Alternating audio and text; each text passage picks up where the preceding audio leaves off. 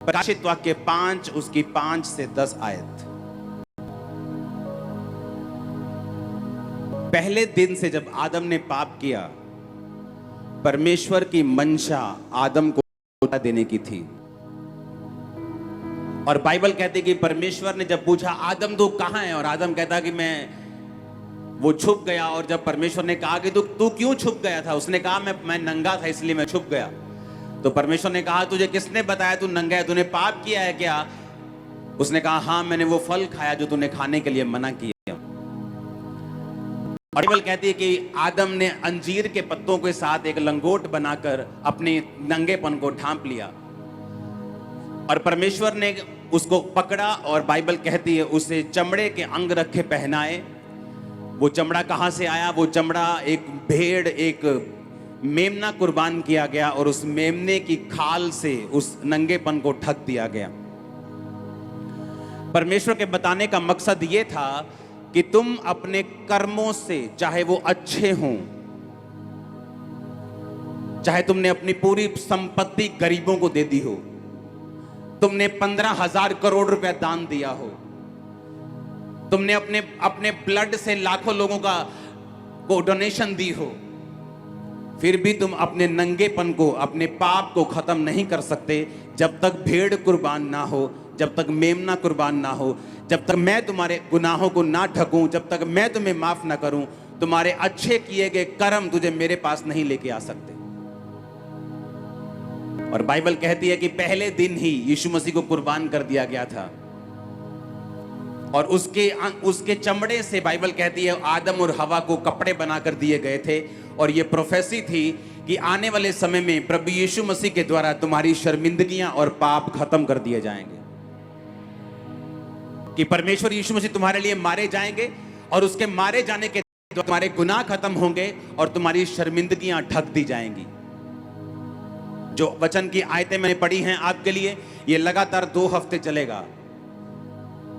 आज भी प्रभु भोज होगा, अगले हफ्ते भी प्रभु भोज होगा, और थर्सडे भी होगा, अगले थर्सडे भी है। 4 मीटिंग में हम लहू और परमेश्वर की बात करेंगे, और डिलीवरेंस के बहुत करीब आप पहुंच जाएंगे, बहुत करीब आप पहुंच जाएंगे। क्योंकि इस वचन को समझने के लिए आपको आत्मा चाहिए। सदूकी और फरीसी भी बहुत वचन सुनाते थे। बोलो अपने पड़ोसी को, सदूकी और फरीसी बहुत वचन सुनाते थे, लेकिन वो परमेश्वर से दूर थे। हालेलुया। बोल दे कि चंगियाई नहीं करनी है, दुष्ट आत्मा को नहीं निकालना है, व्यवस्था सिखाओ, वचन सिखाओ, चंगियाई नहीं करनी। और उन्हें लगता था कि वो परमेश्वर के दास हैं, लेकिन वो परमेश्वर के दास नहीं थे, वो सदूकी थे और फरीसी थे, जैसा आज भी हैं। अपने आप को बोलते पास्टर्स हैं, क्रिश्चियन हैं, लेकिन वो पास्टर्स क्रिश्चियन नहीं, वो आज भी वही सदूकी और वही फरीसियों की आत्माएं हैं जो उनमें से बोलती हैं। यीशु मसीह को क्रूस पर चढ़ाने वाले अन्य जाति नहीं थे, यीशु मसीह को क्रूस पर चढ़ाने वाले व्यवस्था सिखाने वाले लोग थे, वचन सिखाने वाले लोग थे, जिन्होंने यीशु मसीह को क्रूस पर चढ़ा दिया था। व्यवस्था सिखाने वाले जो कहते थे कि जो मूसा ने कहा है वो मानो, जो पवित्र आत्मा कहता है उसे हम नहीं सुनेंगे। चंगियाई नहीं करना वो चेले करते थे, दुष्ट आत्मा को नहीं निकालना। लोग जैसे आए वैसे बीमारियों में चाहे मर जाएं, दुष्ट आत्मा में मर जाएं, पर निकालनी नहीं है। परमेश्वर ने कहा वो आत्मा आज भी आज्ञा नाम मानने वालों में काम करता है। आज आप आजाद भी होंगे, आप कलाम भी सीखेंगे, आप डिलीवर भी होंगे, आप चंगे भी होंगे। पूरा गॉस्पेल सुनाया जाएगा आपको आज, आधा अधूरा नहीं। अगर खुदा ने दोनों आंखें दी हैं तो अंधों में काना राजा बनने की जरूरत नहीं है, पूरी दोनों आंखों से राजा बनो। हालेलुया। जब तक कोई तुम में नहीं था कोई 2 आंखों वाला, तो तुम राजा थे क्योंकि तुम काने थे। अब 2 आंखों वाला कोई आया तो तुमको अभी बुरा लग रहा है। निर्गमन 12 उसकी 5 से 12 आयत।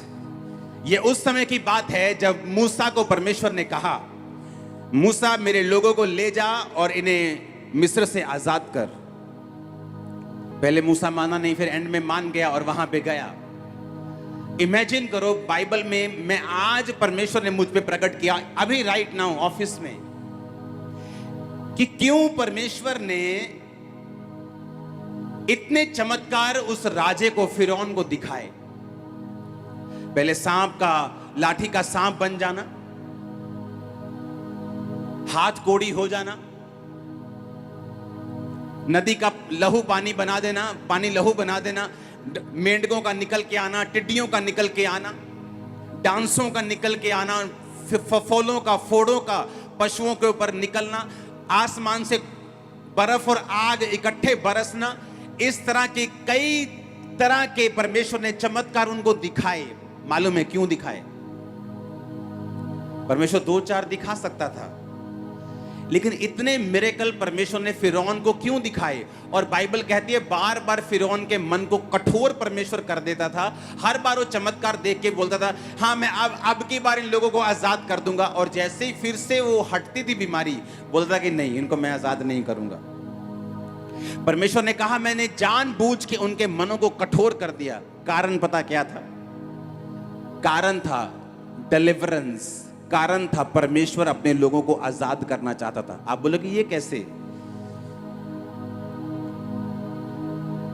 परमेश्वर ने कहा मूसा इन लोगों को बोल, 5 आयत में लिखा तो, कि एक मेमना लेना है, तुम्हारा मेमना निर्दोष और 1 वर्ष का नर हो, यानी मेल हो, चाहे भेड़ों में से लेना चाहे बकरियों में से लेना, और महीने के 14वें दिन तक उसे रख छोड़ना, और गोधूली यानी शाम के समय इजराइल की सारी मंडली के लोग उसे बलि करना।